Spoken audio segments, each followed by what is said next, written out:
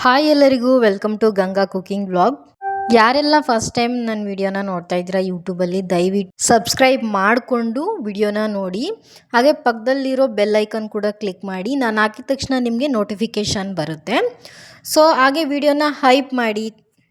So ನಾನಿವತ್ತು ನಿಮಗೆ ಒಂದು ಚಿಕನ್ ಲಿವರ್ನ ಯಾವ ರೀತಿ ಮಾಡೋದು ಅಂತ ನನ್ನ ಸ್ಟೈಲಲ್ಲಿ ನಾನು ತೋರಿಸ್ತಾ ಇದ್ದೀನಿ. ನಾನು ಯಾವ ರೀತಿ ಮಾಡ್ಕೊತೀನಿ ಅನ್ನೋದನ್ನು. ಸೊ ಬನ್ನಿ ನೋಡೋಣ ಹೇಗೆ ಮಾಡೋದು ಅಂತ. ನಾನಿಲ್ಲಿ ಒಂದು ಪ್ಯಾನ್ನ ಒಲೆ ಮೇಲೆ ಇಟ್ಕೊಂಡು ಅದು ಬಿಸಿ ಆದ ತಕ್ಷಣ ನಾನು ಇದಕ್ಕೆ ಎಣ್ಣೆನ ಹಾಕ್ಕೊತಾ ಇದ್ದೀನಿ. ಎಣ್ಣೆ ಹಾಕ್ಕೊಂಡು ಎಣ್ಣೆ ಬಿಸಿ ಆದಮೇಲೆ ಒಂದು ಈರುಳ್ಳಿ ಹಾಗೆ ಇಲ್ಲಿ ಒಂದು 2-3 ಮೆಣಸಿನ್ಕಾಯಿನ ತೊಗೊಂಡಿದ್ದೀನಿ ನಾನು. ಇದನ್ನು ಚೆನ್ನಾಗಿ ನೀವು ಫ್ರೈ ಮಾಡ್ಕೊಬೇಕು.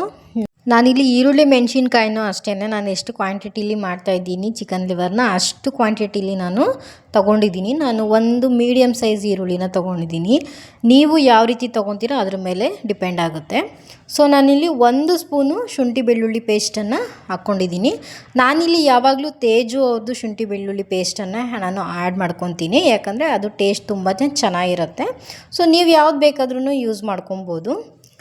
ನೀವು ಯಾವ್ದು ಯೂಸ್ ಮಾಡ್ತೀರಾ ಮನೆಯಲ್ಲಿ ಅದನ್ನು ಯೂಸ್ ಮಾಡ್ಕೊಬೋದು. ಸೊ ಇದು ಹಸಿ ವಾಸನೆ ಹೋಗೋ ತನಕ ಫ್ರೈ ಮಾಡಿಕೊಂಡು, ಹಾಗೆ ಇದು ಸ್ವಲ್ಪ ಫ್ರೈ ಆದಮೇಲೆ ನಾನಿಲ್ಲಿ ಒಂದು ಅರ್ಧ kg ಲಿವರ್ನ ತೊಗೊಂಡಿದ್ದೀನಿ. ಇದನ್ನು ನಾನು ತೊಳೆದು ಇಟ್ಕೊಂಡಿದ್ದೀನಿ ಆಲ್ರೆಡಿ. ಸೊ ಇದನ್ನು ಆ್ಯಡ್ ಮಾಡ್ಕೊತಾ ಇದ್ದೀನಿ. ಚಿಕನ್ ಲಿವರ್ ತಿನ್ನೋದ್ರಿಂದ ಗಂಡು ಮಕ್ಕಳಿಗೆ ತುಂಬಾ ಒಳ್ಳೆಯದು. ಪ್ಲಸ್ ಇದರಲ್ಲಿ ಐರನ್ ಕಂಟೆಂಟ್ ಜಾಸ್ತಿ ಇರೋದ್ರಿಂದ ಇಮ್ಯುನಿಟಿ ಪವರ್ ಕೂಡ ನಿಮಗೆ ಜಾಸ್ತಿ ಆಗುತ್ತೆ. ಸೊ ಇದನ್ನು ತಿನ್ನಬೇಕಂದ್ರೆ ಒಂದು ಏನಾದರೂ ಟೇಸ್ಟ್ ಇರಲೇಬೇಕಲ್ಲ. ಹಾಗೆ ಈ ರೀತಿ ನೀವು ಒಂದು ಸಲ ಮಾಡಿ ನೋಡಿ. ಪದೇ ಪದೇ ಇದೇ ರೀತಿಯೇ ಮಾಡ್ಕೊಂಡು ತಿಂತೀರಾ, ಅಷ್ಟು ತುಂಬಾ ಚೆನ್ನಾಗಿರುತ್ತೆ ಇದು ಟೇಸ್ಟು ನಿಮಗೆ. ಸೊ ಅದಕ್ಕೆ ನಾವು ನೆಕ್ಸ್ಟ್ ಸ್ವಲ್ಪ ಮಿಕ್ಸ್ ಮಾಡ್ಕೊಂಡಿದ್ದಾದಮೇಲೆ ಸ್ವಲ್ಪ ಉಪ್ಪನ್ನ ಹಾಕ್ಕೊಂಡು, ಅಂದರೆ ರುಚಿಗೆ ಎಷ್ಟು ಬೇಕೋ ಅಷ್ಟು ಉಪ್ಪನ್ನ ಹಾಕ್ಕೊಳ್ಳಿ.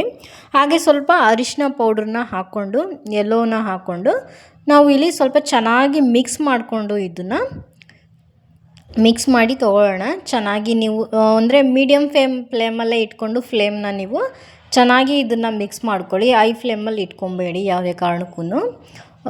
ಸೊ ಯಾಕಂದರೆ ಅದು ಅಂಟ್ಕೊಳ್ಳೋ ಚಾನ್ಸಸ್ ಇರುತ್ತೆ. ನಿಮ್ಮ ಹತ್ರ ನಾನ್ ಸ್ಟಿಕ್ ಇದ್ದರೆ ನಾನ್ ಸ್ಟಿಕ್ಕಲ್ಲಿ ಮಾಡ್ಕೊಳ್ಳಿ.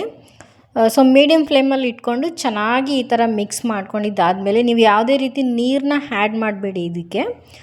ಈ ಚಿಕನ್ ಲಿವರಲ್ಲೇ ನೀರು ಬಿಟ್ಕೊಂಡು ಚೆನ್ನಾಗಿ ಬೇಯುತ್ತೆ ಇದು. ಸೊ ನೋಡಿ, ಈ ಥರ ಮಿಕ್ಸ್ ಮಾಡ್ಕೊಂಡಿದ್ದಾದಮೇಲೆ ನೀವು ಸ್ವಲ್ಪ ಹೊತ್ತು ಮುಚ್ಚಿಟ್ಟು ಬೇಯಿಸ್ಕೊಬೇಕು. ಇದನ್ನು ಒಂದು 5 ಮಿನಿಟ್ಸ್ ನೀವು ಮೀಡಿಯಮ್ ಫ್ಲೇಮಲ್ಲೇ ಕುಕ್ ಮಾಡ್ಕೊಬೇಕು ಮುಚ್ಚಿಟ್ಕೊಂಡು. ನೋಡಿ ಇವಾಗ 5 ಮಿನಿಟ್ಸ್ ಆಗಿದೆ. ನಾನು ಮೀಡಿಯಮ್ ಫ್ಲೇಮಲ್ಲೇ ಇಟ್ಕೊಂಡು ಚೆನ್ನಾಗಿ ಇದನ್ನು ಬೇಯಿಸ್ಕೊಂಡಿದ್ದೀನಿ. ಎಷ್ಟು ಚೆನ್ನಾಗಿ ಬೆಂದಿದೆ ನೋಡಿ, ಇದು ತುಂಬಾ ಚೆನ್ನಾಗಿ ಬೆಂದಿದೆ. ಈ ರೀತಿ ನೀರೆಲ್ಲ ಬಿಟ್ಕೊಂಡು ಚೆನ್ನಾಗಿ ಬೇಯೋ ತನಕ ನೀವು ಇದನ್ನು ಬೇಯಿಸ್ಕೊಬೇಕು. ಕೆಲವರು ಇದನ್ನು ಕುಕ್ಕರಲ್ಲಿ ಕುಕ್ ಮಾಡ್ಕೊತಾರೆ. ಅದು ಕುಕ್ಕರಲ್ಲಿ ಕುಕ್ ಮಾಡ್ಕೊಂಡ್ರೆ ಈ ಥರ ಟೇಸ್ಟ್ ಬರಲ್ಲ. ಸೊ ನೀವು ಈ ರೀತಿ ನಾನು ಯಾವ ರೀತಿ ತೋರಿಸಿದ್ದೀನಿ ಇದೇ ರೀತಿಯಲ್ಲಿ ನೀವು ಮಾಡ್ಕೊಳ್ಳಿ. ಸೊ ಇದಕ್ಕೆ ನಾವು ಸ್ವಲ್ಪ ನೀರು ಇರಬೇಕಾದ್ರೇ 1-2 ಸ್ಪೂನು ಧನಿಯಾ ಪುಡಿನ ಹಾಕ್ಕೊಂಡಿದ್ದೀನಿ ನಾನಿಲ್ಲಿ. ಹಾಗೆ 1.5 ಸ್ಪೂನಷ್ಟು ಖಾರಕ್ಕೆ ತಗೊಂಡಂಗೆ ನೀವು ಹಾಕ್ಕೊಳ್ಳಿ. ನಾನಿಲ್ಲಿ 1 ಸ್ಪೂನು ಅಥವಾ 1.5 ಸ್ಪೂನಷ್ಟು ಚಿಲ್ಲಿ ಪೌಡ್ರನ್ನ ಹಾಕ್ಕೊಂಡಿದ್ದೀನಿ. ಹಾಗೆ 1 ಸ್ಪೂನು ಗರಂ ಮಸಾಲಾನ ಹಾಕ್ಕೊಂಡಿದ್ದೀನಿ. ಹಾಕ್ಕೊಂಡು ಇದನ್ನು ಸ್ವಲ್ಪ ನೀಟಾಗಿ ಚೆನ್ನಾಗಿ ಮಿಕ್ಸ್ ಮಾಡ್ಕೊಳ್ಳಿ. ಮಿಕ್ಸ್ ಮಾಡ್ಕೊಂಡಿದ್ದಾದಮೇಲೆ ನಾನೇನು ಮಾಡಿದ್ದೀನಿ ಅಂದರೆ ಸ್ವಲ್ಪ ನಾನು ನೀರನ್ನ ಹಾಕ್ಕೊಂಡಿದ್ದೀನಿ. ಏನಕ್ಕಂದರೆ ಇದು ನಾವು ಪುಡಿಗಳೆಲ್ಲ ಹಾಕಿದ ತಕ್ಷಣ ಸ್ವಲ್ಪ ಇದು ಗಟ್ಟಿ ಆಗುತ್ತೆ. ಸೊ ಯಾಕಂದರೆ ಇದು ನಾವು ಹಾಕಿರೋ ಮಸಾಲೆ ಸ್ವಲ್ಪ ಬೇಯಬೇಕು ನಮಗೆ, ಇಲ್ಲಾಂದರೆ ಹಸಿ ವಾಸನೆ ಬರುತ್ತೆ. ಸೊ ಹಾಗಾಗಿ ಸ್ವಲ್ಪ ನೀರನ್ನ ಆ್ಯಡ್ ಮಾಡಿಕೊಂಡು ನಾವಿಲ್ಲಿ ಬೇಯಿಸ್ಕೊಬೇಕು. ಇದೊಂದು 2-3 ನಿಮಿಷ ಆದರೂ ನೀವು ಬೇಯಿಸ್ಕೊಬೇಕಾಗುತ್ತೆ. ಹಸಿ ವಾಸನೆ, ಅದು ಖಾರದ ಪುಡಿ ಎಲ್ಲ ಹಾಕಿದ್ದೀವಲ್ಲ, ಅದು ಹಸಿ ವಾಸನೆ ಹೋಗೋ ತನಕ ನೀವು ಸ್ವಲ್ಪ ಇದನ್ನು ಮುಚ್ಚಿಟ್ಕೊಂಡು ಮತ್ತೆ ನೀವು ಒಂದು 2-3 ನಿಮಿಷ ಬೇಯಿಸ್ಕೊಬೇಕಾಗುತ್ತೆ. ಇದನ್ನು ನೋಡಿ, ನಾನು ಮುಚ್ಚಿಟ್ಟು ಒಂದು 2 ನಿಮಿಷ ಮತ್ತೆ ಬೇಯಿಸಿ ತೆಗಿತಾ ಇದ್ದೀನಿ. ನೋಡಿ, ಈ ಥರ ಗಟ್ಟಿಯಾಗಿ ಗ್ರೇವಿಯ ಟೈಪಲ್ಲಿ ಬಂದಿದೆ ಇದು. ಈ ಥರ ಗ್ರೇವಿ ಟೈಪ್ ಬರೋ ತನಕ ನಾವು ಬೇಯಿಸ್ಕೊಬೇಕು. ನೆಕ್ಸ್ಟು ಇದಕ್ಕೆ ನಾವು ಹಸಿಯಾಗಿರೋಂಥ ಕರಿಬೇವನ್ನ ಹಾಕ್ಕೊತಾ ಇದ್ದೀನಿ ನಾನು. ನೆಕ್ಸ್ಟು ಕೊತ್ತಂಬರಿ ಸೊಪ್ಪನ್ನ ಹಾಕ್ಕೊತಾ ಇದ್ದೀನಿ. ಫ್ಲೇವರ್ ತುಂಬಾ ಚೆನ್ನಾಗಿರುತ್ತೆ. ಲಾಸ್ಟಲ್ಲಿ ಒಂದು ಅರ್ಧ ಹೋಳು ನಿಂಬೆಹಣ್ಣನ್ನು ಹಾಕ್ಕೊತಾ ಇದ್ದೀನಿ. ನೋಡಿ, ಇದೇ ಮೆಥಡಲ್ಲಿ ನೀವು ಮಾಡ್ಕೊಳ್ಳಿ, ಅಲ್ಟಿಮೇಟಾಗಿ ಟೇಸ್ಟು ಬಂದಿರುತ್ತೆ ಇದಂತೂ. ನೀವು ಬೇಕಂದರೆ ಕರಿಬೇವನ್ನ ನೀವು ಒಗ್ಗರಣೆಗೆ ಹಾಕ್ಕೊಬೋದು.